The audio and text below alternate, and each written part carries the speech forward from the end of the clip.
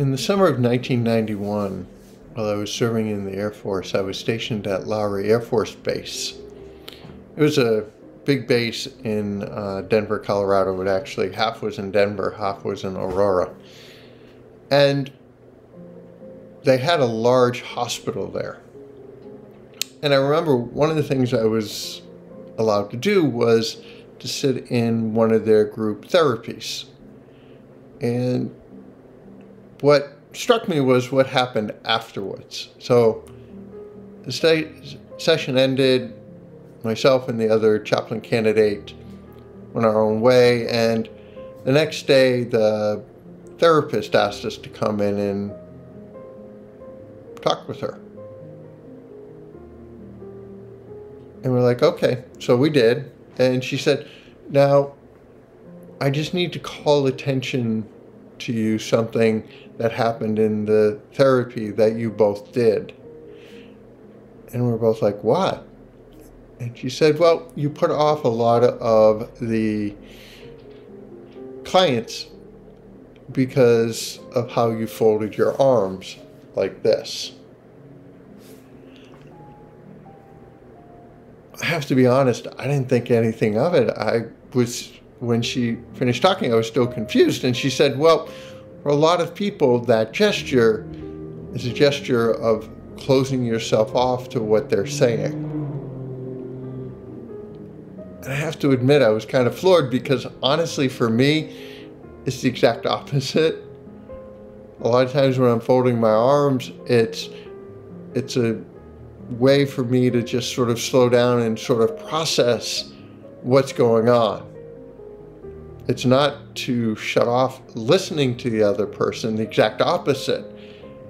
I want to really sort of think about it, and I don't know why, but just for me, that's kind of what I do. But what I recognized in that moment was it wasn't important really how I viewed the gesture. What was important was how the other people were reading my body language. And I had to adjust.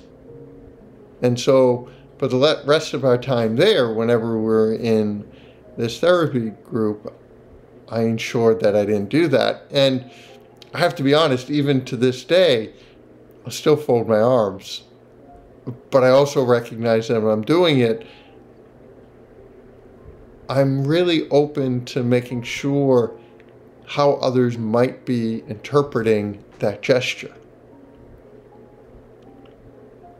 How we communicate things to other people really is important, and we do it in a lot of ways. We do it obviously by our words, we do it by our facial expression, by our body language, tone of voice.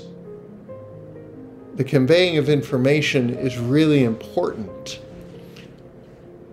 But what also is equally important is how is the person receiving what we're trying to convey? In other words, what I'm trying to imply may come across very different in how they infer it based on a lot of factors that we may not even be thinking about. And how true that is, in a sense, with God. God does his best to try to convey information to us through the scriptures, through church teaching, through our prayer life, our being open to hearing it. But sometimes we have a hard time understanding exactly what God is trying to tell us. The funny thing is, God tries to adjust, much like I had to during that group therapy session. I had to adjust my body language so that it seemed much more open to the people. And God, through the years, has adjusted how he speaks to us. Now, he doesn't change what he's saying.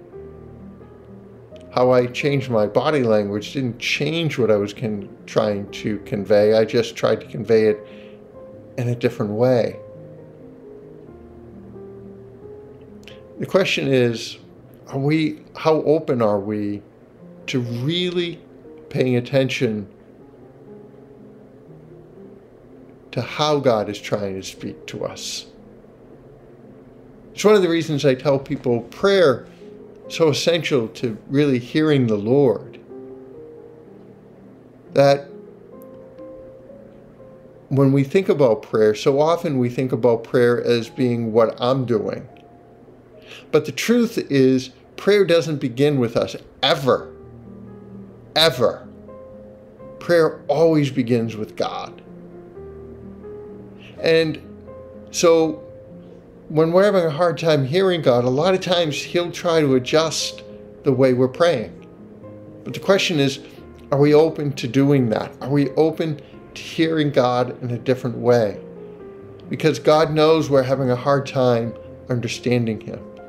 And so He's going to adjust. He wants us to know that He's open, that He wants us to hear Him, to hear what He's really saying. So, in our prayer life, when we have trouble hearing the Lord, when we think He's not really talking to us, the problem is never, honestly, ever God. Maybe we need to simply recognize that God has adjusted because He knew He was having a hard time. We were having a hard time hearing Him. So He's adjusted. He's opening and calling us to a different way of prayer so that we might be able to hear Him better. Maybe what we need to do is unfold our arms. We need to open our postures so that we're ready to hear the Lord in the way that He's speaking to us. God bless.